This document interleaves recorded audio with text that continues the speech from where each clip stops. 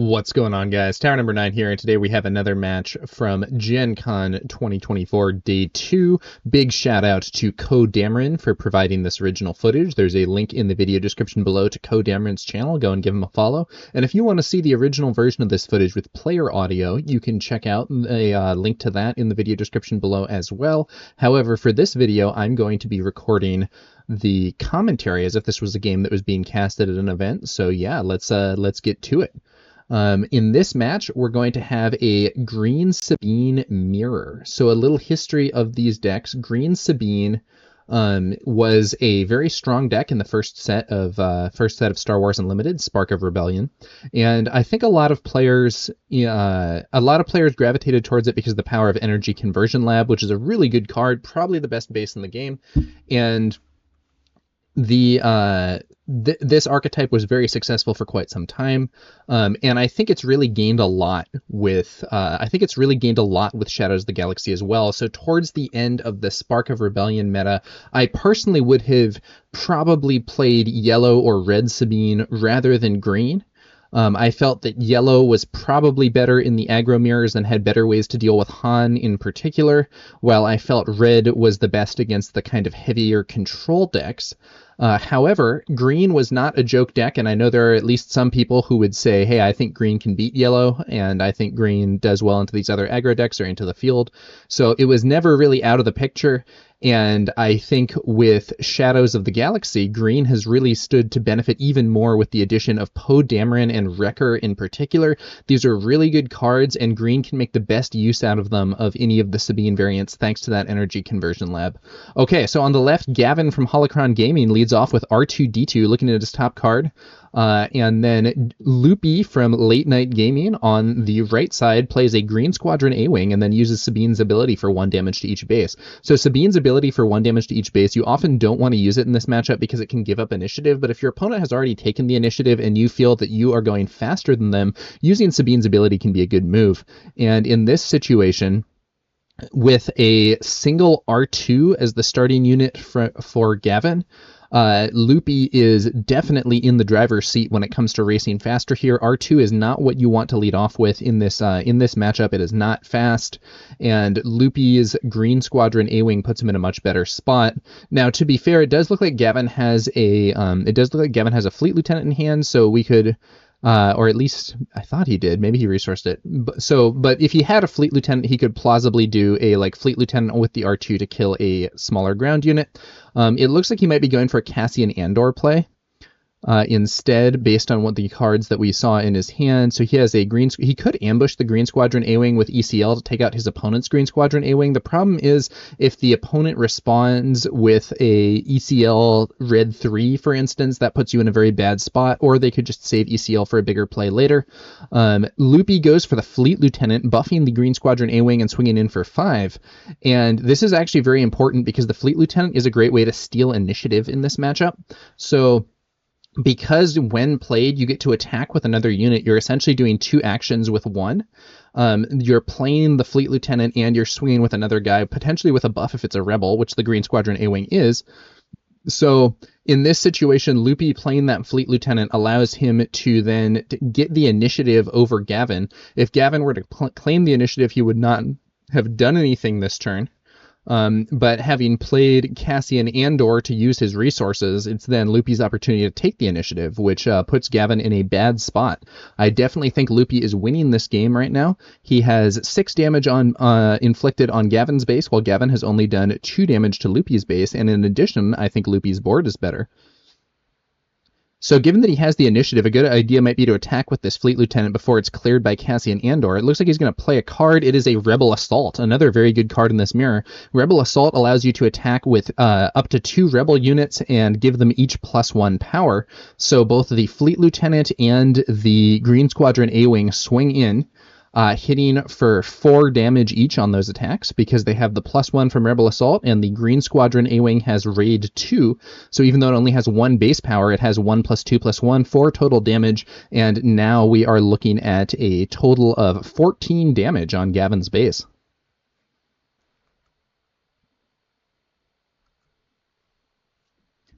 Gavin uses his Cassian Andor there to clear the Fleet Lieutenant, and that Fleet Lieutenant is off the board. Loopee is going to use Sabine's ability for 1 damage to each base, keeping the pressure on, and now we've seen Gavin's base going all the way up to 15 damage taken. So there's only 10 HP left for Gavin, and this game could be ending pretty fast. Gavin deploys his own Sabine, and Loopee is going to deploy his. Now, if Gavin has, like, let's say a Dark Saber to throw onto his Sabine, he could potentially use it to clear the opponent's Sabine pretty fast, but no, it's going to be R2-D2 swinging in against Loopee's Sabine, doing 1 damage and taking 2 damage in return. Gavin looks at his top card and leaves it on the top of the deck with R2-D2's ability there, and now we're going to see 3 resources from Loopee for a Wing Leader. Wing Leader is a 3-cost 2/1 space unit that, when played, allows you to give 2 experience tokens to another Rebel unit, and since Sabine is a Rebel, that is going to be a substantial buff for Sabine Wren. Now up to a 4/7, though with only 6 HP remaining. Gavin's Sabine is not going to be able to stop that unless he has some kind of buff. We do see, it looks like a K2SO in his hand, as well as a For a Cause I believe in. Not entirely sure what else. Maybe an A-Wing in there. If he swings in, if he swings in with Sabine, that is what he's going to do. That'll do 2 more damage to Loopee's Sabine, plus 1 damage to base from the on-attack ability. So Loopee's Sabine now has 4 HP remaining, and that would allow Gavin to ambush in with the K2SO that he has in hand and defeat his opponent's Sabine. However, Loopee is going to get a chance to swing with Sabine for 5 total damage, 2 base, 2 for the experience, and 1 from the on-attack ability. So the 5 damage to the base is now leaving Gavin at only 5 HP remaining, which is a very negative position to be in, quite frankly. ECL used for the K2SO ambush, and so that's going to take out Loopee's Sabine, and then Gavin gets to choose whether he wants to inflict 3 damage or remove a card from Loopee's hand. So 3 damage is sort of the racing choice, while removing a card from hand is the more control-oriented option. Right now, I think it is extraordinarily unlikely that Gavin would be able to win a race, so it may be a scenario where you actually want to take the card. He does opt to have Loopee discard a card from the hand, and it's a Daring Raid. And then Loopee takes the initiative. Man, discarding Daring Raid here, so the Daring Raid would deal 2 damage to base, so a Green Squadron A-Wing attack and then play the Daring Raid to win.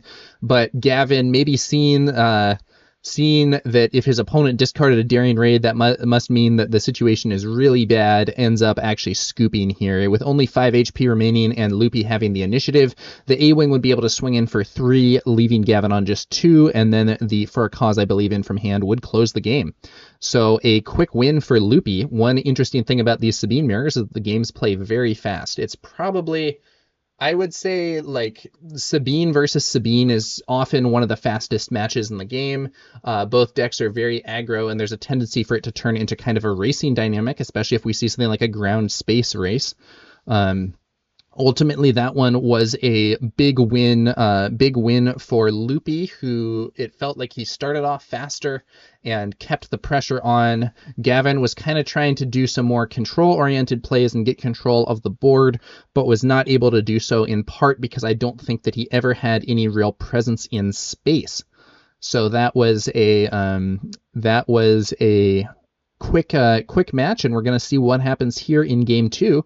If Gavin can win Game 2, we are going to be going to the 3rd round of the match, but if Loopee can win, he'll close things out right here. Let's see if Loopee can repeat his performance.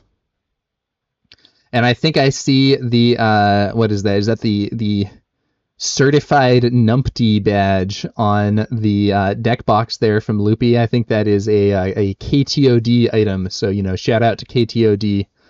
They have some good content. Actually, I personally subscribe to their Patreon, and I will say they recently recorded a Patreon episode. I'm not sure that it's been released publicly, but they recorded at least a Patreon-focused episode that has some good strategies for Green Sabine in particular. So if you're a supporter of KTOD, you can check that out. If you're not, I think they might post it publicly in a bit. I don't really know how they always do that, but sometimes I think they do stuff on Patreon that later gets posted for the general audience. But I personally have found their content to be quite helpful.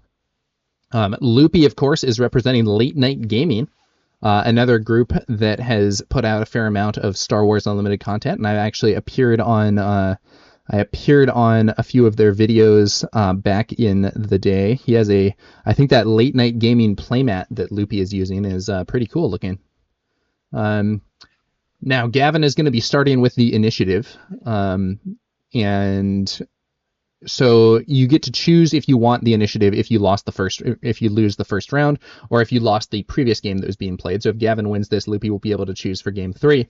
And in general, going first seems to be the pick. Now, I think there were some statistics that people put out across a large body of games that indicated that going first was an advantage, but it was not necessarily a massive advantage. So let's see what happens here in game 2. Can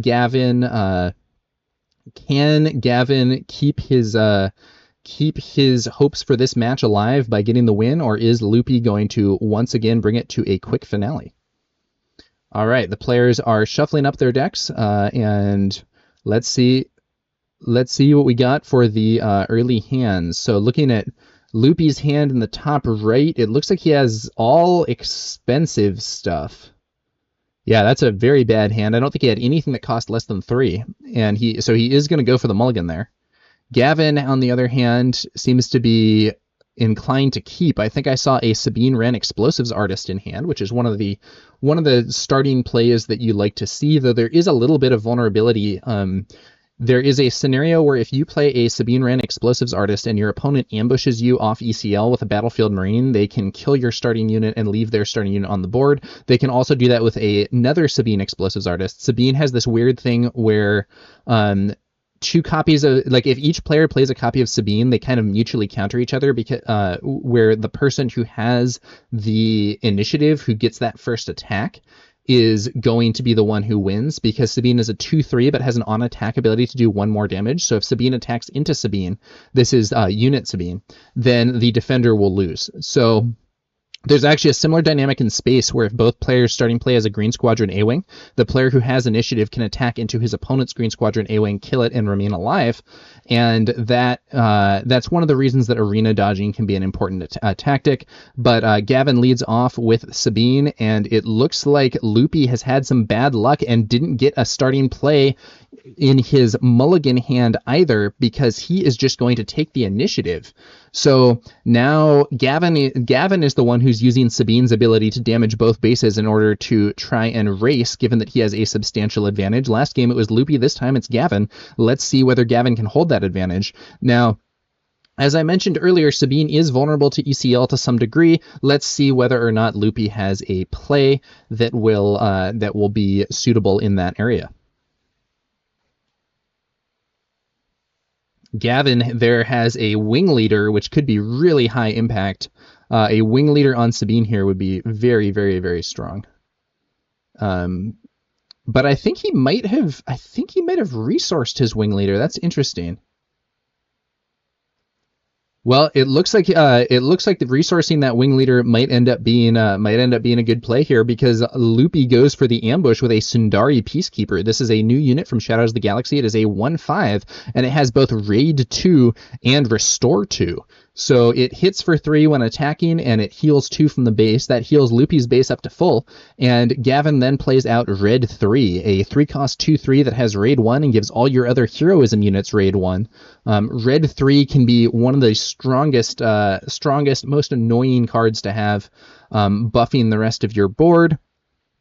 And with Loopee having used his ECL, he does not necessarily have a great counter to that Red 3. Maybe if he has a Bright Hope he can throw down in the space arena, it can at least stall the damage to base, but the problem with that is the Red 3 could just hang out and buff the other units. The Sundari Peacekeeper here, though, is nice. That Restore 2 can be very relevant, and Raid 2 allows it to actually hit fairly hard as well. Now, one downside to the Sundari Peacekeeper is that it is not a rebel unit, which means that a lot of the synergies that these Sabine decks play do not work with it. So Fleet Lieutenant, Wing Leader, Medal Ceremony, none of those cards work with the Sundari Peacekeeper. That said, the Sundari Peacekeeper is actually a Mandalorian, which means that it works with the Mandalorian synergy cards. I think the only Mandalorian synergy card likely found in this version of Sabine would be the Darksaber, but if you attack with the Darksaber, you could give a experience token to the Sundari Peacekeeper. Is that going to happen? I don't know, but it is a nice little benefit, even if it's not as good as having the Rebel synergy most of the time. Sabine is now going to deploy. Gavin has played a Fighters for Freedom 3/4 with Saboteur, and when you play another aggression card, deals 1 damage to base. Red 3 swings on in for 3 damage to base. If there is a Darksaber here, he could buff Sabine, swing in. Oh no, no Darksaber, it's going to be a Wing Leader. So Wing Leader, we saw Loopee playing this on the previous game, and now we're seeing it again. Wing Leader buffing Sabine. And Gavin deploys his own Sabine. Let's see what Loopee opts to do here. One thing he could do is try to play a little more control and try to start clearing units, but I think it looks like he's going for the base instead. I think that's probably a reasonable choice because having already used his ECL, he's going to be very vulnerable to Poe Dameron and or Wrecker.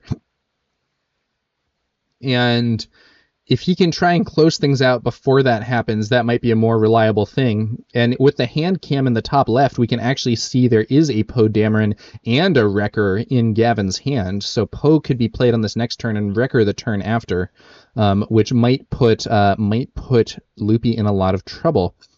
Gavin is trying to get control of the game. It looks like he swings in with his Sabine to attack Loopee's Sabine, dealing 2 damage and 1 damage to the base from the on-attack ability.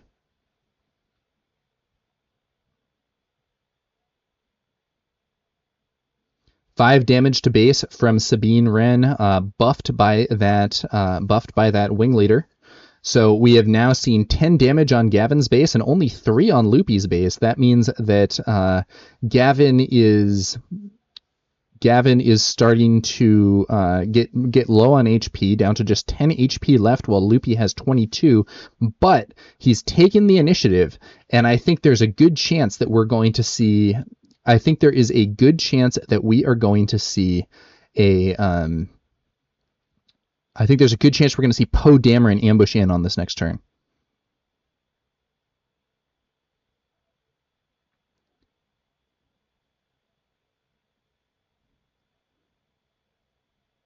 So they're looking over the situation, and I think looking over this situation, I think that the Sabine Wren on Gavin's side should have done 3 damage with that attack into Loopee's Sabine, because Red 3's ability grants Raid 1 to all heroism units, and Loopee realizes that and puts the extra damage on. I actually am not sure what the ruling would be in terms of, like, is that a missed effect or whatever. I believe the Raid 1 granted by Red 3 is a constant ability that is not a missed trigger or similar. So I think in that sort of situation, that should have been a. I think in that situation that should have been, 3 damage, and they just corrected it, which I think is fine. Daring Raid comes out from Loopee, and he's going to use it to defeat his opponent's Sabine Wren. So now Gavin is about to be on 5 resources with the initiative, and I think ECL Poe Dameron would be a good play here. One other thing he could do, though, that Fighters for Freedom can actually swing for 4 damage in this situation because it would be buffed by Red 3, and 4 damage from Fighters for Freedom would be enough to defeat Loopee's Sabine. So we could potentially see that. He could have Fighters for Freedom trade with Sabine and then follow up into Poe Dameron. He could ambush Poe Dameron into the Peacekeeper, kill the Peacekeeper, and use Poe's on-attack ability to discard a card and deal 2 damage to the Wing Leader as well, hence essentially wiping Loopee's board. We'll have to see if that's how it actually plays out, but I think Gavin is, while it might look like he's losing now, I think he's poised to turn the corner. with that ECL. ECL can be so impactful in this matchup. Loopee kind of had to use his early to try to make up for the deficit that he incurred by not having a turn 1 play, and I think Gavin is going to make a big play from his own ECL soon. But first off, he does take the attack with Fighters for Freedom, attacking into Sabine and defeating her. And so that is going to just be a direct trade, thanks to the +1 from Red 3. Yeah, raid is that raid on Red 3 is pretty good. Heroic Intervention being played. So Heroic Intervention is a 1-cost event that gives a unit ambush, and you can play it for 2 from Smuggle, but it is being played from hand here for 1 with a Green Squadron A-Wing swinging on in to defeat Gavin's Red 3. Red 3 has been given some nice buffs for Gavin, so Loopee clearing that is probably something he's happy about, but now we see the ECL Poe Dameron play. Poe Dameron coming on in, he is a 6/6 that has an on-attack ability that allows you to discard cards for various effects. One of those effects is 2 damage to an enemy unit, so he can use that ability here to remove the Wing Leader, although it looks like he's actually going to opt to use it to remove the A-Wing instead, which is interesting. And then he ambushes the Peacekeeper and defeats it. Okay, so by defeating the A-Wing instead of the Wing Leader, he is going to take 2 damage this turn from the Wing Leader, but the A-Wing is off the board. I think going for the Wing Leader might have been a bit better, but I could be wrong. If he kills the Wing Leader here, I guess Loopee could take the initiative and swing for 3 with the A-Wing, but... yeah, I don't know. I think maybe saving the ready resource is fine, especially because I think there's a chance that Loopee will play another card this turn, though it's not guaranteed. And it looks like Loopee indeed plays another card. So I think taking out the Wing Leader instead of the A-Wing might have been a little better for Gavin.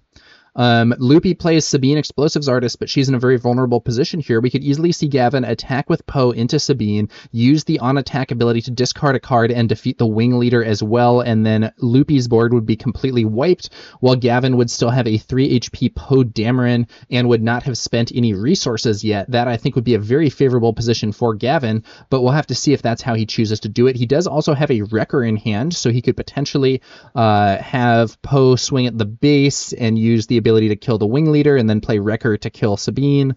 I think I personally would probably, given the life deficit, I would probably be trying to play the control here and have Poe take out Sabine and the Wing Leader. I think that would leave me in good stead to then answer whatever ground unit might be played with a Wrecker, with the Wrecker damage, although I don't know, maybe that would be... there are some situations where that could be annoying. He's going to use Poe, and he discards a Rebel Assault, not very useful here since Poe is not a Rebel, and his likely play is Wrecker, who's also not a Rebel.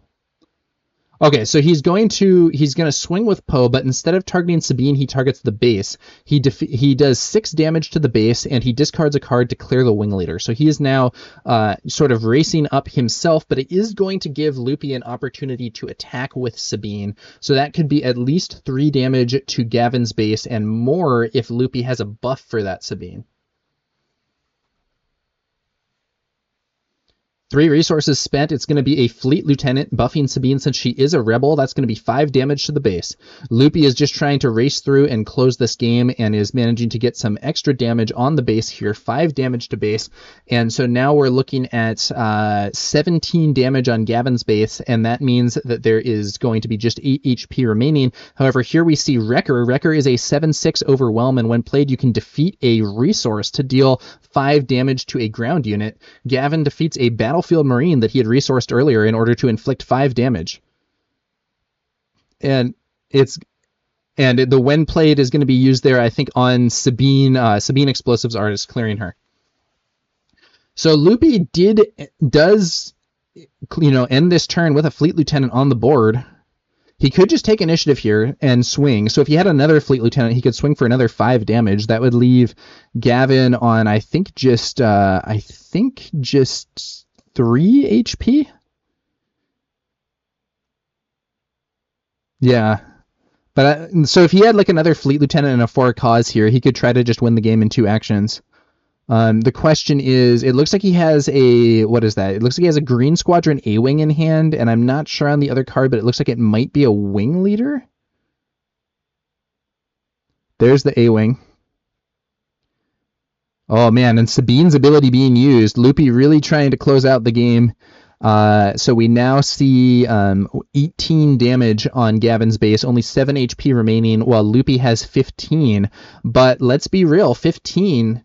Poe can swing for 6 plus 2, so that's 8, and then Wrecker can swing for 7. That's 15 damage right there. So I do wonder whether that ping was correct, because it does mean that Gavin can now win the game in 2 actions, even with no buffs. Loopee could deal 6 damage to base if both his units get to attack, which would not quite be enough to win. He would need another action beyond that, and Gavin has the initiative. However, if Loopee has a Rebel Assault, he can win the game in 1 action. Because a Rebel Assault would allow him to attack with both of those units and give them each +1. That would be 8 total damage, which would be enough to close the game. Gavin could, of course, preclude that by having Wrecker attack into the Fleet Lieutenant, killing it and dealing 4 damage to the base. And then he could attack with Poe and be in position to win on the next turn. Or he could go all out for the win and try to just attack the base for 8 with Poe or whatever. He goes for a Fleet Lieutenant. So the Fleet Lieutenant is going to not buff either of these units because they are not rebels. So the Fleet Lieutenant's a 3-cost 3/3, and when played, you may attack with a unit. If it's a rebel unit, it gets +2 power for this attack. However, the units that Gavin has available here are not rebels. Wrecker is, I think, Clone and Fringe, while Poe Dameron is Resistance. So neither of those units are actually going to get the +2 power buff from the Fleet Lieutenant. However, playing the Fleet Lieutenant still allows Gavin to both develop his board by bringing out an additional unit and also make an attack in the same action. At first, it looked like he was committed to using Wrecker. He's kind of looking at the card again, thinking about his option. I wonder if he thought he was going to get the buff there. I'm not sure. Yeah, I think he thought he was going to be able to get the 2 damage, but he says I'll still play it. Of course, I'm listening to the player audio here. He goes for Poe, and is he going to discard a card for bonus damage? I think he will. Yeah, so he discards red 3. Yeah, swinging with Poe, straight for the base for a total of 8. Loopee can win this game if he has a Rebel Assault in hand for 8 damage to base. If not, Wrecker closes the game next attack. Unless Loopee has some way to kill Wrecker, I guess. But does he have it? No, he doesn't have it. He's going to do something else, but it's not going to get him the win. Yeah, he throws a Dark Saber. He throws a Dark Saber onto the Fleet Lieutenant, which leaves that Fleet Lieutenant poised to close the game with the next attack, but it does not matter because Wrecker can swing for 7 and does so, destroying Loopee's base and getting Gavin the win. We are now 1-1, and we are going to be moving on into the 3rd game of this match. Let's see what happens and who is going to be victorious. So Loopee will have the advantage of the initiative token this game, having lost the previous game. I'm not sure if the players are going to change their sideboarding decisions at all, but they could in between these games. I think that when it comes to sideboarding for this Sabine mirror, there are some cards. So Rebel Assault is an example of one that's excellent in this mirror. It might not be as good in some other matchups. So in some situations, you might cut it, though Green Sabine can run it in main deck pretty easily. Some of the non-green Rebel Assault is so good in this mirror that sometimes I have played it in yellow Sabine or red or double red Sabine, played it out of aspect just for these sorts of aggro mirrors. But green Sabine can run it natively with less trouble. Other cards that you might want to sideboard would be, maybe you want to bring in the Disabling Fangfighter if you're worried about your opponent playing a Darksaber. Maybe you want to side out your Darksaber as like a psychological thing. If you play it in game 1, maybe you think, okay, my opponent's going to bring in his Fangfighters. I'm going to bring out my Darksaber so his Fangfighters won't have anything to counter. It's plausible that you would bring out some of the later game reach cards. So like For a Cause I Believe In would sometimes be cut just because it's a little slow for what the pace of this matchup. The Bright Hope, the 2/6 Space Sentinel, is a good option for the mirror there to potentially slow your opponent down in space.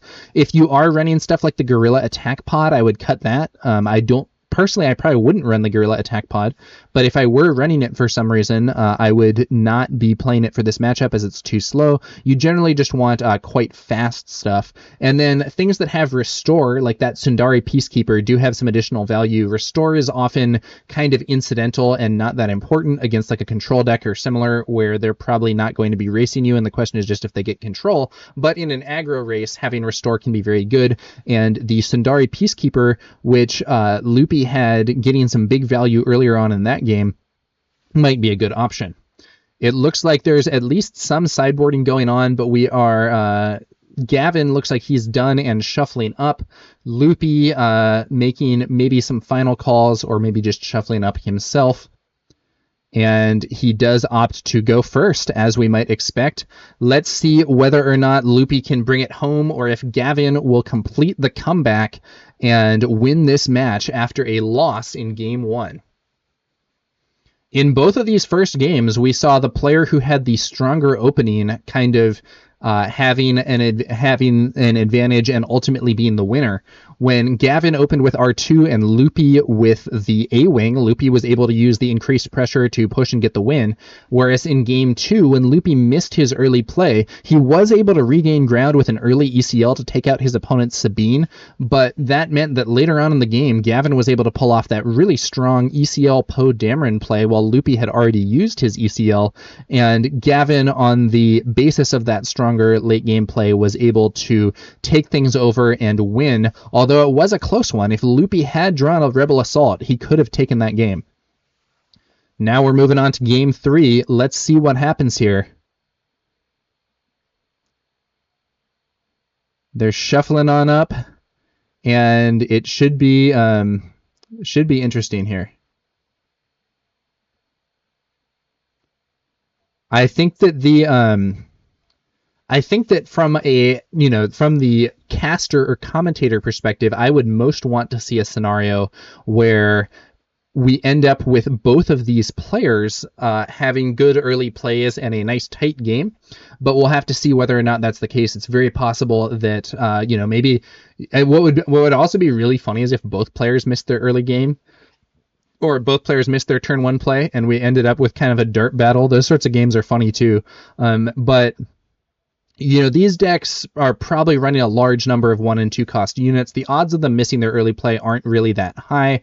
Depending on what the exact composition is and what your mulligan strategy is, I think you can get it as low as like 3% or less to miss your early play.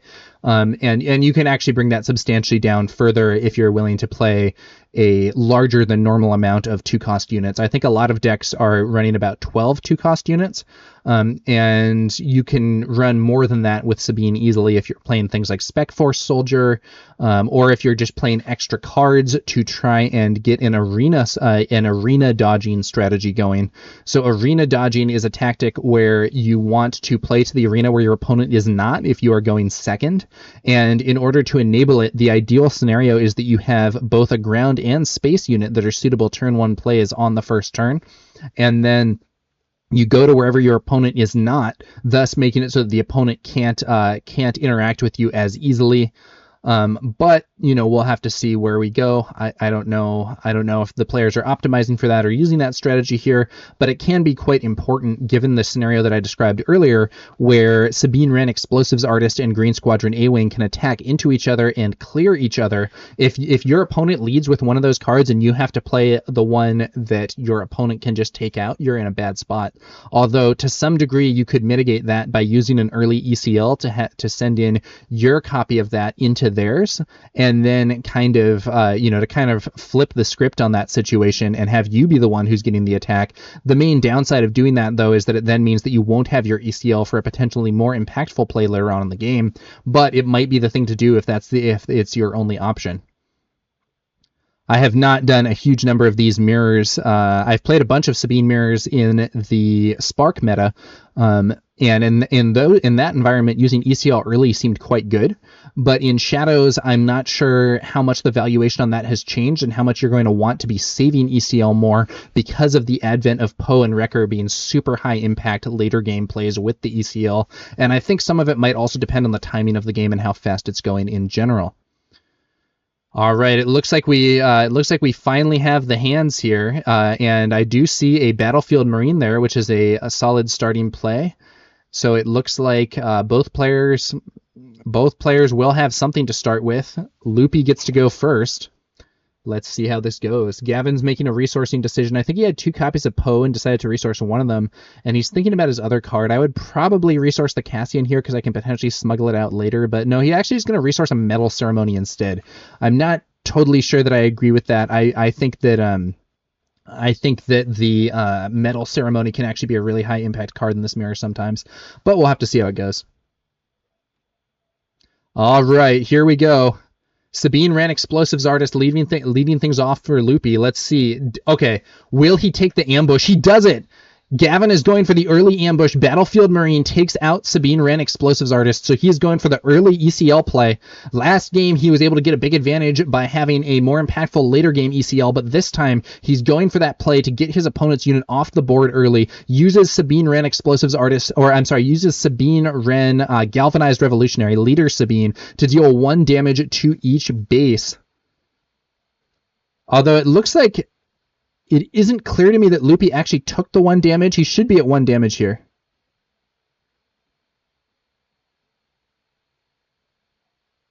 Hopefully they will correct that, and or it won't matter. It's also possible they moved it a little bit on the dial, but not all the way or whatever. But with Sabine's ability being used on by Gavin, then it should be a 1-1 here.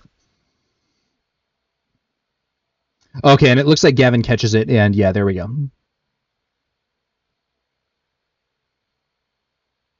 Okay.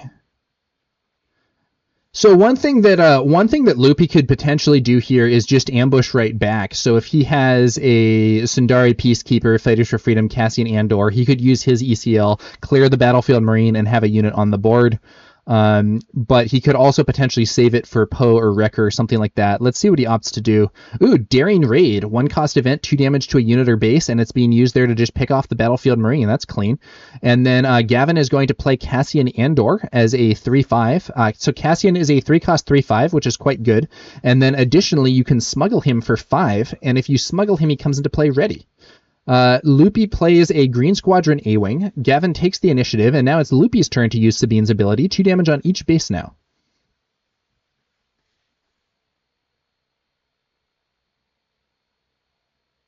Let's see what happens here. Ooh, and we do see the mighty Darksaber in hand for Gavin.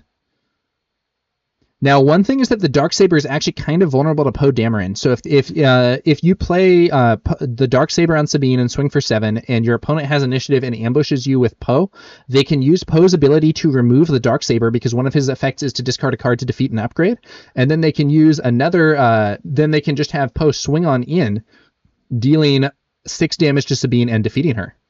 However, in this case, Loopee is going to use his resources on a Fleet Lieutenant to send his A-Wing in for 5 damage. Now there's 7 damage on Gavin's base. Gavin deploys Sabine, might be eager to get that Darksaber swinging. I do think it can be really strong if not countered, and I see it in hand there. I think that's got to be his play this turn. There's a ping. Not entirely sure about Loopee's pings here. There's the Darksaber. Sabine gets +4/+3 and can hit for 7 damage here. That is just brutal. 7 damage to the base, that is. Yep, 7 to base. There we go. Gavin is going fast here with the early ECL, and now the Darksaber racing for damage on the base. Loopee basically has to take initiative here, I think. He can't afford to take another 7 to his base. But the problem is I'm not sure that he actually has a counter. He needs to have Poe or a Disabling Fangfighter to deal with that Darksaber, and he doesn't currently have it in hand. Let's see here. So if he swings for base, he could do 3 damage. That would leave Gavin on having taken 11 damage, so 14 left. And then Loopee would have 9 more damage on the field, which is not lethal. No, he's just going to take initiative. He thinks that he's got to stop that Darksaber. Can he draw something to do it? Oh, I don't think he has it. He draws a For a Cause and a Wing Leader. Those cards are not going to stop that Darksaber. He's going to probably be taking another 7 damage. That is brutal. I am not sure that there's going to be a comeback from this for Loopee. That the Darksaber powered Sabine is just really good. So Darksaber is an interesting play. I've been skeptical of it, but I've also been testing it again recently, actually thanks to some of the advice from the KTOD Sabine thing that I was mentioning earlier. And I have to say, it's so good when it's good. And yes, it gets countered sometimes, but like, it's so good when it's good that I think maybe you do have to play it. So shout out to KTOD for that advice. I think it was maybe Chrono who said that, but I don't remember exactly. It's going to be a Fleet Lieutenant here buffing up Sabine. Might have been better to do the buff on the Fleet Lieutenant instead, because he could then swing and kill Cassian here. But I don't think it matters. 5 to base. Loopee down to 2 HP. Does he have lethal here? He can do 6 more damage this turn. Oh, For a Cause I Believe In, 1, 2, that's game. For a Cause I Believe In actually hit for the full 4, but he only needed 2 damage. That is brutal. And Loopee looks at his next 2 cards, and a Poe Dameron, the card he needed to save the day, would have been the next one. That is brutal. Not what you want to see as Loopee, I think. But that Darksaber proved to be insurmountable, getting Gavin the comeback win, and Gavin from Holocron Gaming is going to get the match win as a result of that game. That is going to be a 2-1 after losing the first game. He came back and got it. So congrats to Gavin, and yeah, that's going to do it for this one, guys. Thanks to y'all for watching. Remember to check out Code Dameron's channel in the video description below. And we will be back later with some more Star Wars Unlimited content. I will catch you guys later.